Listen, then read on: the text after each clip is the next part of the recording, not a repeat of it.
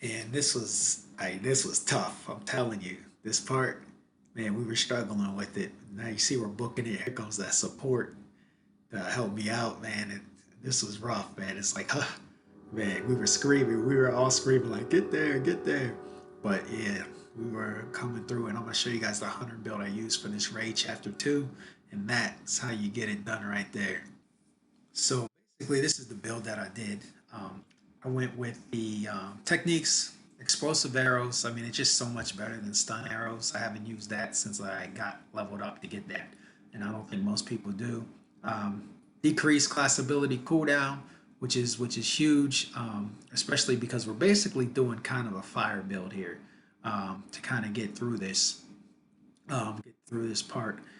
We did that. The fire build and we also did two legendary items. And the reason why I do that is because you don't really have time. So you don't want to just have that ultimate. You can only use it a couple times, and then the headshots.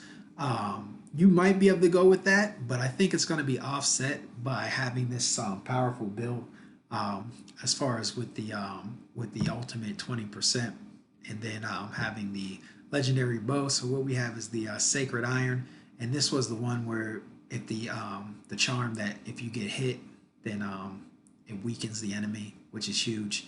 And then we went with the bow with high range projectile velocity. And I'm going to show you guys why that's important as well. And shield piercing ammo over helmet piercing ammo, because I feel like shield piercing ammo is you can just fire. You know, you don't have to aim or anything like that. And when there's on these nightmare levels, there's so many bad guys, you don't have that much time to aim. But here, take a look real quick.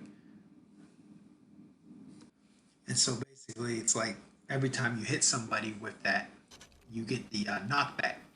So I'll show you here. I completely whipped on that, but right there, that knockback, which gives you more time to kind of evade and move around. And even if they have a shield, they can't really block it. You'll see this guy's going to come around in a second, and I'm actually going to just have to probably fight him.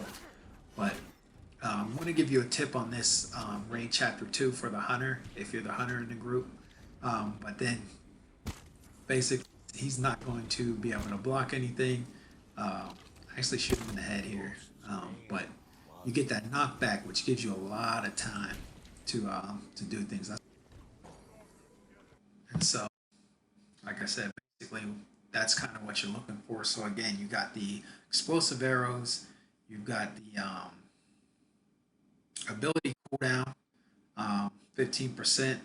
You could maybe I probably might have went with the close headshot if I knew what we are going to be doing. But actually, you can probably do good sticking with that. And then again, the damage effect by 25%.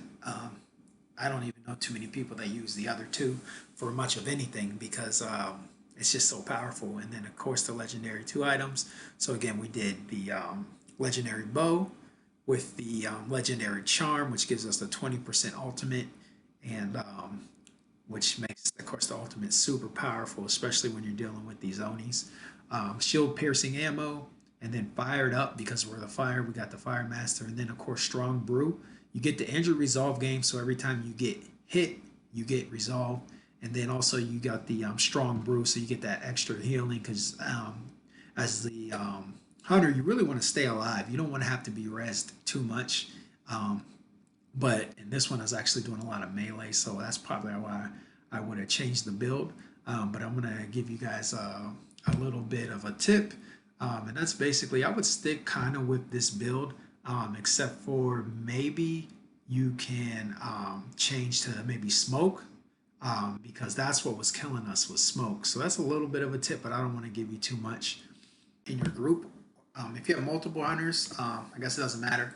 But you want to get on that facing the front of the steps on the last part of Raid Chapter 2. You want to be on the right side as the hunter. And the reason why is if you're using your explosive arrows and you know your ultimate, you can basically you can man that whole side by yourself because it doesn't really spawn any Onis. And The samurai is probably going to be better fit for the other side of this for Raid Chapter 2. The other side of this, there's two, and you'll see here when I come around. on the camera angle, you'll see what I'm talking about because somebody just went down. I did res them. I'm not going to show you the res, but I saved them.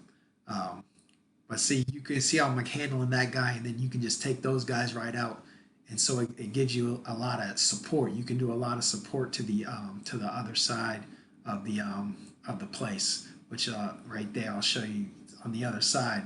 That the samurai is probably best for that side, um, and I had to run over there and res him. But I definitely did. I got him because I showed you at the beginning we beat it. But definitely be on the right side as the hunter because you're going to do so much damage, take a lot of stress off your team because you should be able to handle that whole side by yourself without any help so that everybody else can focus on getting the task done. But that's the only tip I'm going to give you because I want to see you guys as frustrated as I was trying to beat this with my team.